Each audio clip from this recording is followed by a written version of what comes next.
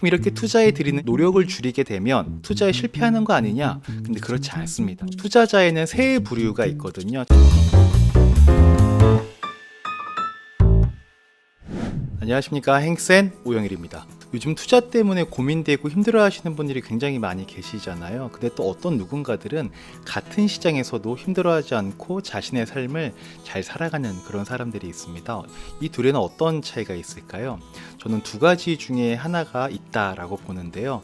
첫 번째는 공부를 굉장히 열심히 많이 해서 시장 돌아가는 걸 꿰뚫고 있는 분들이 있는 거죠. 근데 꼭 이렇게 공부를 많이 하고 잘 알아야지만 편하게 투자할 수 있는 거냐? 또 그런 건 아닌 것 같아요. 바로 두 번째 이유 때문에 그런 건데요. 두 번째는 내가 나를 잘 아는 것입니다. 이 투자뿐만 아니라 우리 인생을 살아갈 때 내가 누군지를 잘 아는 것은 굉장히 중요한 거지 않습니까? 예를 들어서 내 신체 사이즈를 잘 알고 있어야 거기에 딱 맞는 옷을 사 입을 수 있듯이 내가 어떤 투자자인지 알아야 그에 맞춰서 투자를 할 수 있다는 거죠.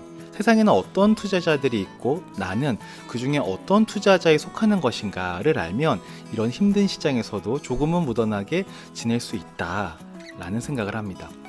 투자자에는 세 부류가 있거든요. 첫 번째는 단타 치시는 분들이 있고요. 두 번째는 시장에 대응을 해나가는 겁니다. 이때는 이렇게 하고 이때는 이렇게 하는 그런 방법이 있고, 세 번째는 안전자산에 투자해 놓고 시간을 오랫동안 보내는 장기 투자를 하시는 거예요.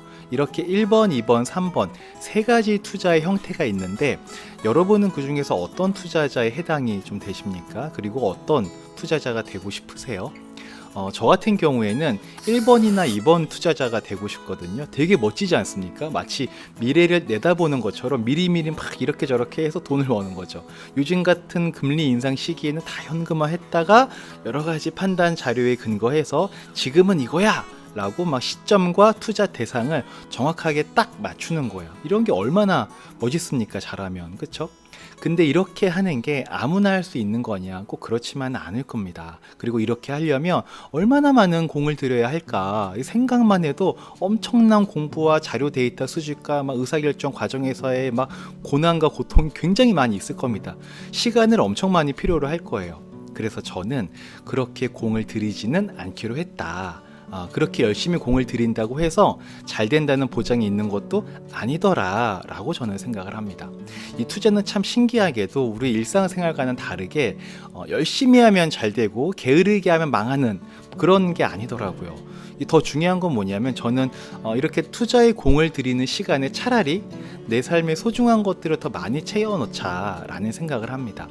우리 인생에는 투자도 중요하지만 더욱더 중요한 것들이 많이 있잖아요. 진짜 많이 있는데 그것들을 저는 놓치고 싶지 않은 마음이 굉장히 큰 거죠. 이를테면 뭐 가족이랑 보내는 시간이나 취미활동, 좋은 사람과 만나는 즐거운 시간들, 이런 것들, 이런 어찌 보면은 투자도 이런 것들을 위해서 하는 건데 투자하느라 본질이 흐려지는 것 같은 느낌이 들 때도 있는 거죠. 그래서 저는 투자에 들이는 시간을 조금은 줄였다라는 말씀 드리는 겁니다. 그럼 이렇게 투자에 들이는 시간을, 노력을 줄이게 되면 투자에 실패하는 거 아니냐? 투자에서 돈 못 버는 거 아니냐라는 생각을 하실 수도 있죠. 근데 그렇지 않습니다. 이렇게 해도요, 투자에는 얼마든지 성공할 수 있습니다. 저처럼 해서 성공한 사람들은 이미 우리 주변에 굉장히 많이 있습니다. 여러분들 부자의 공통점은요, 사고팔고를 잘 하신 분들도 있겠지만 꼭 사고팔고를 잘 해야지만, 시장에 대응을 잘 해야지만 부자가 되는 건 아니라는 거예요. 좋은 자산을 사놓고요, 내 삶을 충실히 사신 분들도 얼마든지 성공한 사례가 우리 주변에는 많이 있습니다. 젊은 사람들보다요, 연세가 있으신 분들이 부자일 확률이 높겠죠.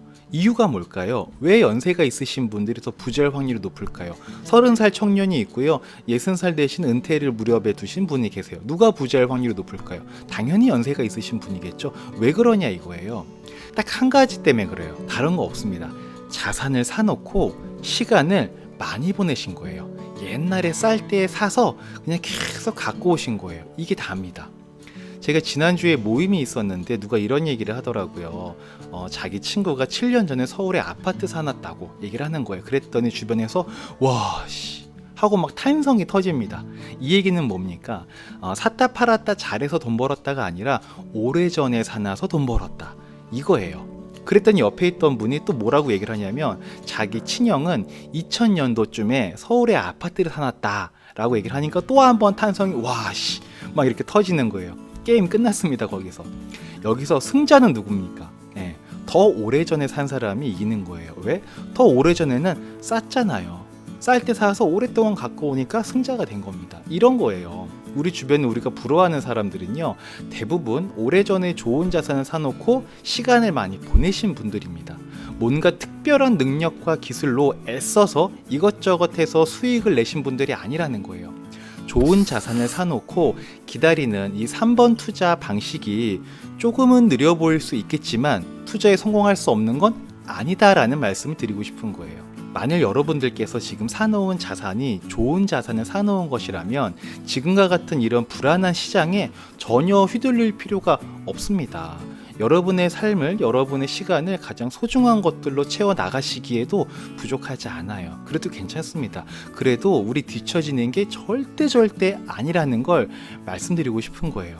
그게 한 번뿐인 우리 인생을 더 잘 사는 것일 수도 있지 않습니까? 만약에 우리의 부자의 기준이라는 것이 자동차 벤틀리 이런 거 타고 100억짜리 집에 사는 거다, 나는 이 정도는 돼야 돼 라는 분이면 모르겠지만 저 같은 평범한 사람처럼 일상에서 그냥 필요한 돈을 애먹지 않고 쓸 수 있는 정도를 원하는 거라면 3번 투자만으로도 얼마든지 우리가 원하는 인생을, 우리가 원하는 모습의 부자가 될 수 있다라는 겁니다. 지금 우리가 해야 되는 거는요, 내 자산이 좋은 자산인가, 자본주의의 우상향에서 반하는 것이 아닌가, 요 정도만 확인해 보시면 되는 거예요. 이게 조금 떨어질 것 같으니까 지금 팔았다가 저거 사야지만, 이런 화려해 보이는, 뭔가 멋있어 보이는, 정말 똑똑한 사람들이 하는 그런 거 안 해도 괜찮습니다. 저 같은 경우에는요, 경기도에 집이 있습니다. 경기도에 집이 있고 주가지수 ETF를 하고 있거든요. 이 두 가지는 우상향할 거라고 저는 생각이 돼요. 그래서 저는 그냥 웃으면서 하루하루 제 시간을 보내고 있습니다.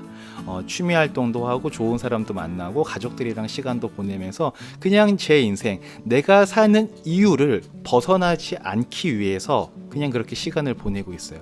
저는 이렇게 살아가는 제 모습이 5년 후, 10년 후에 오늘을 돌아봤을 때, 그래 영일아 그때 너 참 잘했다, 그렇게 애쓴다고 해서 특별하게 잘 사는 거 아니더라, 그렇게 해온 네가 잘 산 거야 라고 얘기할 수 있지 않을까라는 생각을 저는 갖고 있습니다. 이게 저의 그냥 투자 가치관인 것이고 제 삶을 대하는 태도인 거죠. 돈 때문에 내 인생의 소중한 것들을 놓치고 싶지가 않아요. 조금 더 시간을 들이면 조금 더 벌 수는 있겠죠. 조금 더 벌어서 뭐 하겠습니까? 네, 그거 버느라 분명히 잃게 되는 게 있을 거라고요. 이 경중을 따졌을 때 우리의 중요한 것도 놓치지 않기를 바라고요. 그렇다고 해서 재테크를 할 필요 없다 이런 얘기 아닙니다. 절대 재테크는 해야 하는 겁니다. 다만 재테크를 할 때 1번, 2번, 3번 투자자가 있다고 말씀드렸잖아요. 거기에서 3번 투자자, 좋은 자산을 사놓고 장기간 보유하고 있는 것, 그렇게만 해도 우리는 충분히 잘 될 수 있다라는 말씀을 드립니다. 자, 이상 2024년 10월 24일까지 전 직원 연봉 1억인 회사를 만드는 사람 오영일이었습니다. 자, 들어주셔서 감사하고요. 다음에 또 뵙겠습니다. 들어가겠습니다. 안녕.